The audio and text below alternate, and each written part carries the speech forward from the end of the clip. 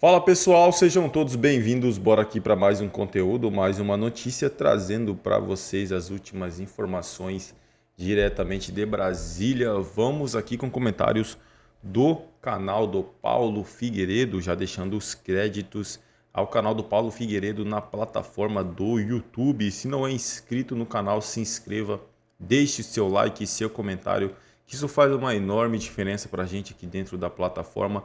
O YouTube entende que o conteúdo é relevante e entrega para mais pessoas. E não se esqueçam também de comentar aí de qual cidade vocês estão nos assistindo. Agora bora para o conteúdo. A sua preferência, Riddle, né?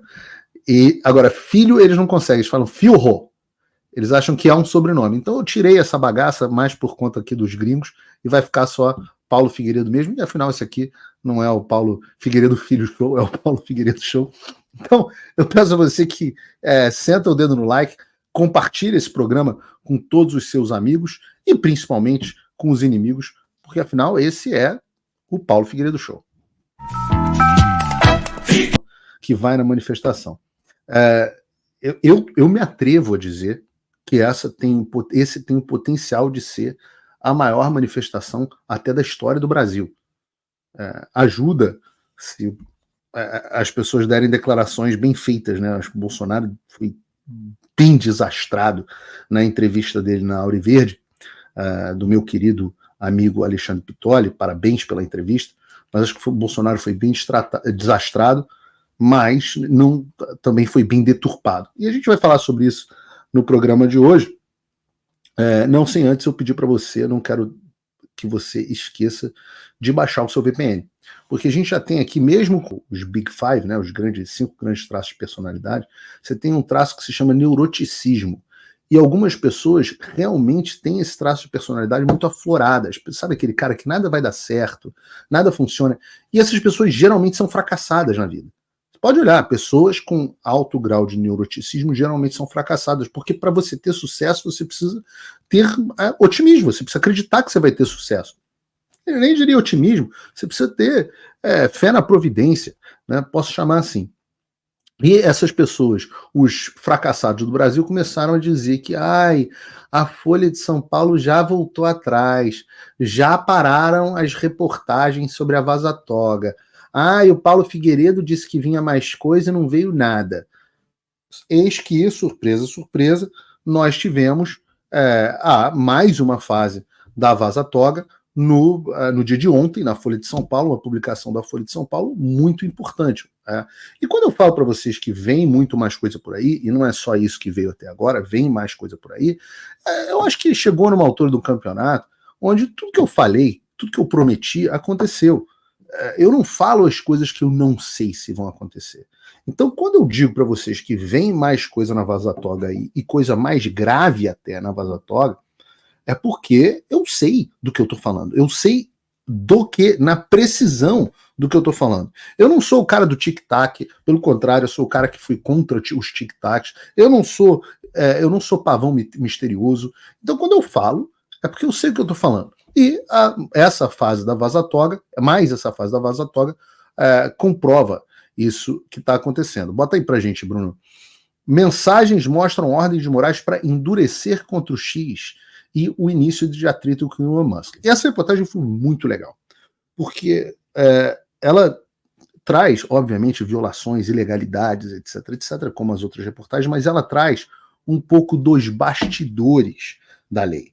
Ela traz um pouco dos bastidores do Supremo Tribunal Federal na relação deles com as redes sociais e na mudança que a entrada do Elon Musk representou para essas plataformas. Então, depois de ler essa reportagem, tem uma coisa que vai ficar absolutamente clara para você, que o Alexandre de Moraes, ele não é um juiz. O Alexandre é um mafioso. Ele se porta efetivamente como o Don Corleone. Ele faz uma oferta que o Elon Musk não pode recusar. E quando o Elon Musk recusa, ele manda caprichar. Diz que vai produzir relatório, ele vai achincalhar a empresa sob pena de multa para que eles cumpram com o que o Alexandre, pessoalmente, ao arrepio da lei, quer que aconteça. E quando eu digo vamos caprichar, essa frase é a do Don Corleone, é a frase do Alexandre, que de fato caprichou. Porque de lá para cá, quanto capricho não aconteceu? Foram centenas de contas bloqueadas, vários posts censurados, pessoas presas. Só que ele encontrou agora alguém à altura para gerar um contraponto a ele e alguém muito mais poderoso que ele, que é o Elon Musk. Pela fala do Marco Antônio Vargas, o juiz auxiliar do Moraes, fica claro que o Alexandre pede coisas absolutamente ilegais das empresas de tecnologia. Eles queriam que o X, no que eles chamaram de parceria, né, mas a lei chama de associação criminosa, repassasse automaticamente posts de usuários pelo sistema de alerta da Assessoria Especial de Enfrentamento à Desinformação, para que essas pessoas pudessem ser punidas por se expressarem no X. E eles reconheceram já naquela época, nos diálogos, que isso ia ser difícil de conseguir com o Elon Musk. Né? Toda a entrada do Elon Musk muda as coisas. Então a gente tem que historiar um pouco. O Michael Schellenberger conseguiu, há um tempo atrás, publicar os Twitter Files, que mostravam quais eram, como era, o que acontecia no processo dos Twitter Files Brasil, que mostravam como era a relação do STF com o Alexandre, mostrando inclusive as trocas de e-mail com os executivos do Twitter na época, dizendo que eles, consternados com o Alexandre, sendo chantageados e etc, etc, mas de um modo geral concordando, aceitando as decisões do Alexandre. Depois nós tivemos o Comitê Judiciário dos Estados Unidos, lá do Jim Jordan, que divulgou as decisões do Alexandre, intimou o X e divulgou as decisões do Alexandre, e foi a primeira vez que o mundo se chocou, inclusive boa parte do establishment brasileiro se chocaram vendo as decisões do Alexandre contra pessoas como eu, como a Ludmilla, como o Monark, como o Alan, decisões de uma página sem nenhuma justificativa, sem nenhuma base. Esse foi um componente importante. Agora, nós estamos vendo o que aconteceu e como foram as decisões depois da era Elon Musk. E para isso foi criado o perfil no X, o Alexandre Files, que está publicando as decisões ilegais do Alexandre. Agora, com essa nova série da Vaza Jato, a gente está olhando por trás do capô. A gente está olhando por trás das cortinas do Supremo Tribunal Federal, para ver como que a entrada do Elon Musk mudou não só a forma como as coisas aconteciam no Brasil, mas a forma como as coisas aconteciam no mundo.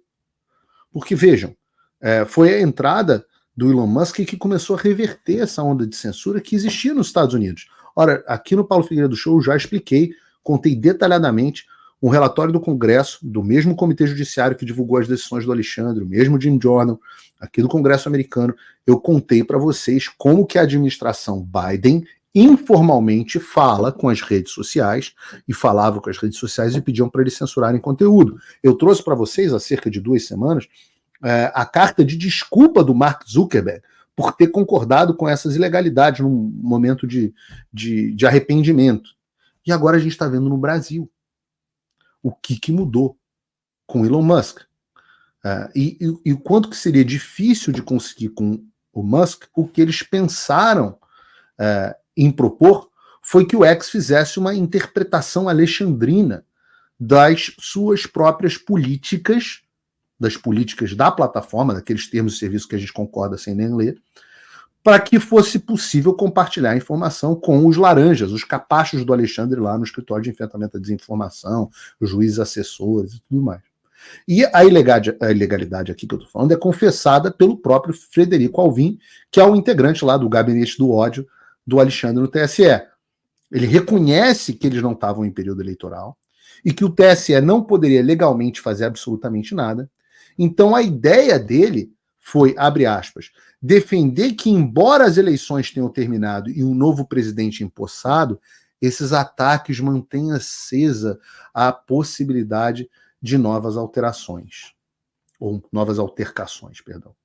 Ou seja, embora nós não tenhamos, né, eles lá do TSE, nenhuma autorização legal para a gente fazer o que a gente quer, a gente vai manter aqui um jeitinho para a gente conseguir calar a oposição, para impedir qualquer risco de que o Bolsonaro volte. O que ele está dizendo nessa reportagem é isso. A gente não pode parar de censurar as pessoas, a gente não pode fazer o que a Carmen Lúcia prometeu, que era só um pouquinho, só a cabecinha, que vai ser censura, vai ser só um pouquinho, porque a gente achou que o Bolsonaro ia ficar debaixo da terra, que a popularidade do Bolsonaro ia desabar, mas enquanto o bolsonarismo continuar falando, a gente fica sob ameaça. Então a gente vai dar um jeitinho para calar a oposição, para o Lula poder governar em paz. E vejam os pedidos que o Frederico Alvim faria ao representante do X. Que eles removam todo o conteúdo e se comprometam a remover outros conteúdos semelhantes sempre que eles acionarem o sistema de alertas, ou seja, sempre que eles quiserem. 2, que ao menos eles removessem aquele conteúdo imediatamente, a ordem de prioridade deles era que se não remover todos imediatamente, que pelo menos aqueles removessem, enquanto eles discutiam uns ajustes nas políticas, numa reunião com o representante do X. E isso deveria assustar qualquer pessoa normal. O que o capacho, lá, o laranja do Alexandre queria, era que o TSE tivesse o poder de mandar no X para que toda postagem apontada pelo TSE pudesse ser imediatamente retirada. Entendam que não existe nenhuma diferença entre isso e o que o Partido Comunista Chinês faz nas redes sociais controladas na China, ou o que o Putin faz na Rússia com seus opositores. Não tem absolutamente nenhuma diferença entre o Brasil e a China nesse aspecto.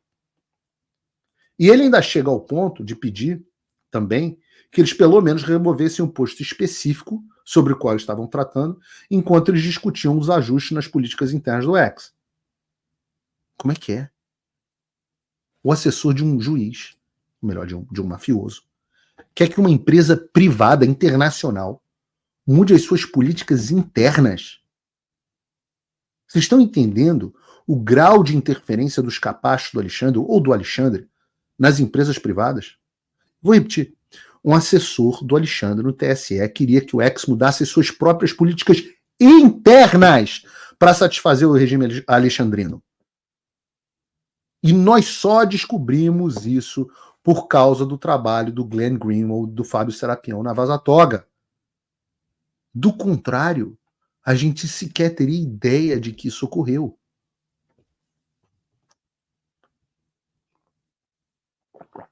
E reparem, lembrem, que o Elon Musk disse isso quando ele começou essa confusão. Que a remoção tinha que parecer para quem estava fora uma violação dos termos e serviços do X. Do Twitter, do X, do X, como você quiser. Então ela seria uma remoção clandestina. Você ia ter o seu conteúdo excluído, mas não saberia que foi por uma ordem judicial. Então você não tem nem como se defender. Ia aparecer para você, olha, seu post, sua conta foi removida por violar os termos e serviços da plataforma. Exatamente como nos Estados Unidos, como o Mark Zuckerberg pede desculpa. Exatamente como o Facebook e o YouTube fazem. E eles dizem isso. Eles falam, nós temos um entendimento com outras plataformas. O nosso canal, inclusive, que o YouTube responde uma notificação extrajudicial que está tudo bem com o meu canal, mas eu continuo tendo o grau de shadow ban, né, que é o conteúdo não ser mostrado para as pessoas. Eu peço até que você veja, se você está inscrito no canal do Paulo Figueiredo Show e também na TV Flórida, que está nos transmitindo. Mas quando eu depus, tem 2 semanas, no Senado Federal do Brasil, no mês passado, eu acho, eu disse que eu tinha a suspeita de que isso ocorresse. Claro que eu tinha alguma informação para levantar essa suspeita. Mas agora nós temos factualmente que isso acontece. Nós temos o diálogo dos assessores do TSE dizendo que as outras redes têm esse tipo de acordo com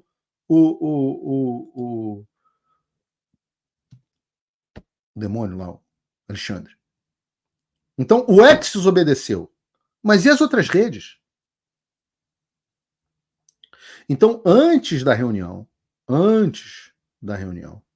o tal do Alvin tinha antecipado que com o Elon Musk a bagunça não era essa. Ele falou, vou ver o que eu consigo.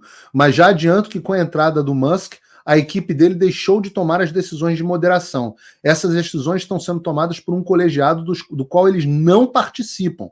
Ou seja, não tem mais... Olha, essa parte é importante. Ou seja, não tem mais essa história da gente pedir a uma estagiária do cabelo rosa para aceitar na hora o que a gente está pedindo. Que era isso. O cara mandava um zap aí, remove aí o post do Paulo Figueiredo. Agora tudo passou a ter um colegiado que analisa se aquilo fere ou não a política interna da plataforma. E durante uma reunião com o representante do X, os laranjas do Alexandre tomaram uma bela de uma enrabada.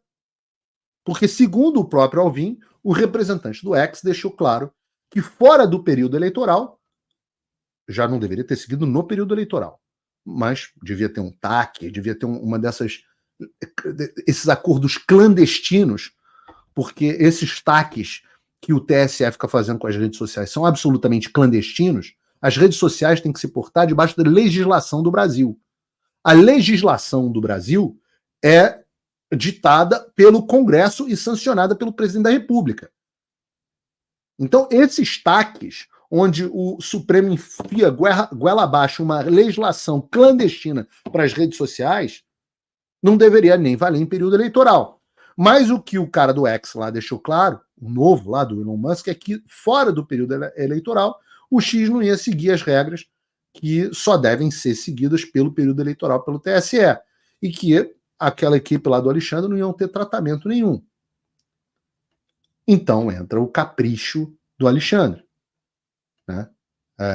Os assessores dele reconhecem que com o X do Elon Musk, debaixo do Elon Musk, essa história não ia colar e que seria necessário uma, abre aspas, atuação judicial. O que é decisão, atuação judicial? É que não foi no amor, vai na dor. E que as decisões ilegais da caneta do Alexandre iam cantar. E aí sai a mais célebre, pelo menos dessa fase da Lava Toga, a mais célebre frase dita pelo Alexandre. Então, vamos endurecer com eles. Prepare relatórios em relação a esses casos e mande para o inquérito das fake news. Eu vou mandar tirar sob pena de multa. E eu volto a dizer, se você só sabe disso agora por causa da Vaza Toga, se agora você entendeu que tem uma parceria criminosa, um conluio criminoso entre o Alexandre e as empresas de tecnologia, e que quem não cumpre é duramente punido, por que, raciocina comigo, por que o Facebook, o Instagram, o WhatsApp, o YouTube, a Microsoft, até o Telegram, ninguém mais tem problema? A resposta é simples. Porque eles são cúmplices e têm te entregado de bandeja na mão da ditadura. E isso é muito mais profundo do que parece. Eu recomendo a vocês, aos que falam inglês, que assistam a entrevista do Mike Benz, que é um especialista em cibersegurança, que era do Departamento de Estado. Assistam a entrevista dele no Tucker Carlson. Eu conversei com o Mike Benz ontem e ele concordou comigo em me conceder uma entrevista. Mas ele me pediu que a entrevista acontecesse depois que ele fizesse uma série de publicações de coisas que estão com ele. Ele cita, inclusive, você vê que é bacana os frutos do nosso trabalho sendo reconhecidos. Né? Algumas pessoas no Brasil não dão valor, mas graças a Deus as pessoas certas dão. Na entrevista do Tucker Carlson, o Mike Benz cita a nossa audiência dentro do Congresso dos Estados Unidos. A audiência na qual eu testemunhei. Na entrevista do Tucker Carlson, ele fala, não teve uma audiência no Brasil. A censura no Brasil é parte disso que está acontecendo mundialmente. E eu digo a vocês, eu vou entrevistar o Mike Pence, eu não sei o que ele vai publicar, tomara que envolva o Brasil, realmente nesse caso eu não sei. Quando eu sei, quando eu não sei, eu não sei. Tomara que tenha alguma informação envolvendo o Brasil. A gente está falando de um cara que era do Departamento de Estado dos Estados Unidos, né? Era um cara que é muito reconhecido aqui, entende tudo, ele é presidente da Fundação para a Liberdade de Expressão na Internet. E eu digo para vocês, eu vou fazer essa entrevista e legendar. Vocês vão cair da cadeira quando entenderem que o que está acontecendo no Brasil é parte de uma operação de política externa americana para o mundo inteiro, que vem afetando o próprio Estados Unidos. E ele explica isso em detalhes, como é que isso acontece. Em um grau que eu confesso que nem eu mesmo tinha entendido ainda. Então eu quero dividir essa entrevista com vocês. Vou fazer a entrevista, vou pedir aí para o João legendar, porque vai ser pancada. Bom, quando a gente fala que quem não age de acordo com o regime é duramente punido, eu não estou falando assim, estou falando por falar. Né?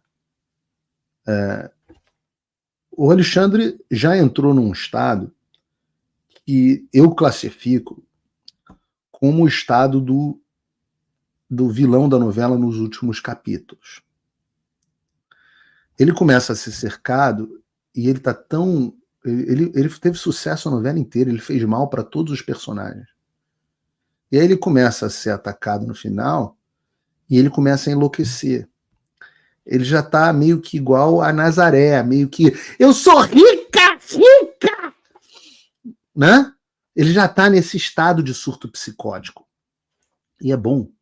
Eu sempre falo da frase que é do Napoleão Bonaparte, que nunca interrompa os seus inimigos quando eles estiverem cometendo erro, né?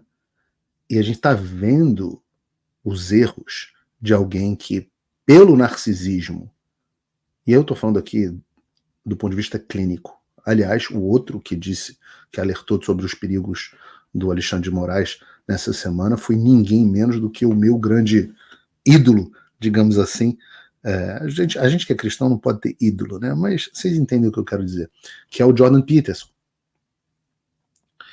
E esses surtos psicóticos que já estão ficando comuns,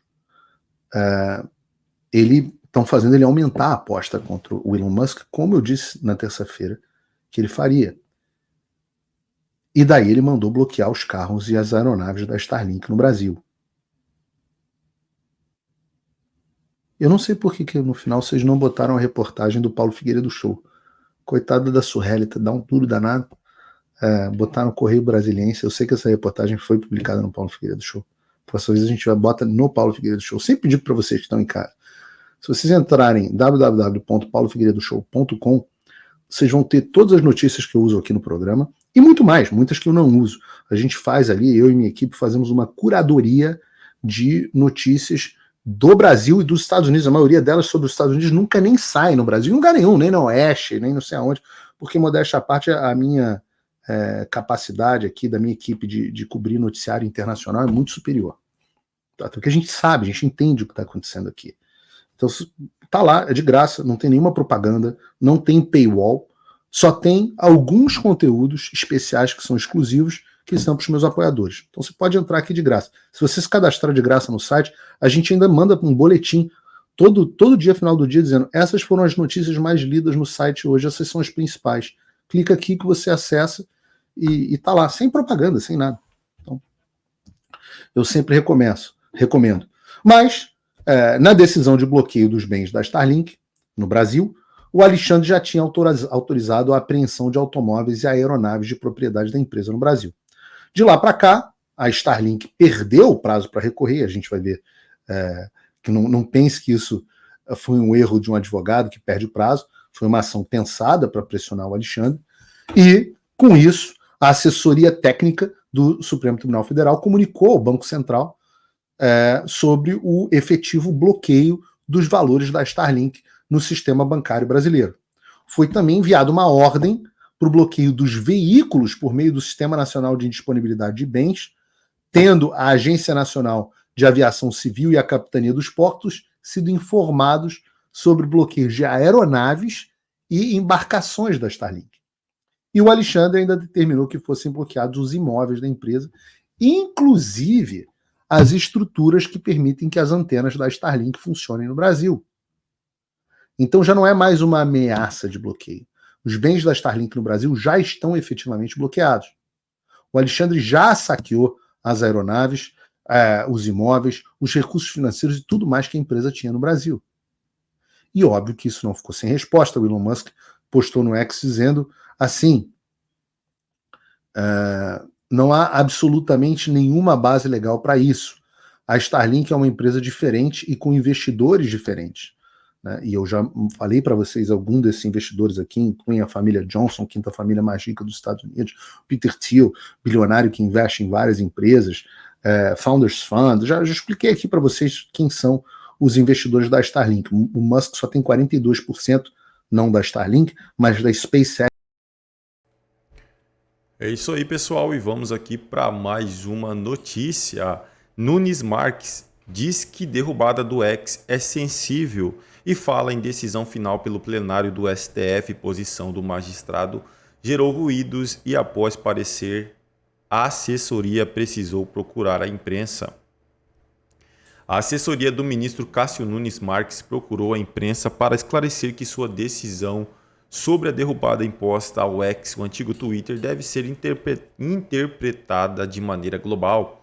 Segundo a equipe do magistrado, ele afirmou que a decisão final sobre o caso deve ser tomada pelo colegiado do Supremo Tribunal Federal, mas isso não impede que uma eventual decisão monocrática seja proferida antes.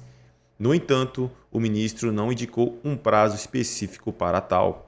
Nesta quinta-feira, Nunes Marques defendeu que o caso seja levado ao plenário do STF, mencionando a importância do julgamento coletivo e frisando o que ele classificou como tema sensível.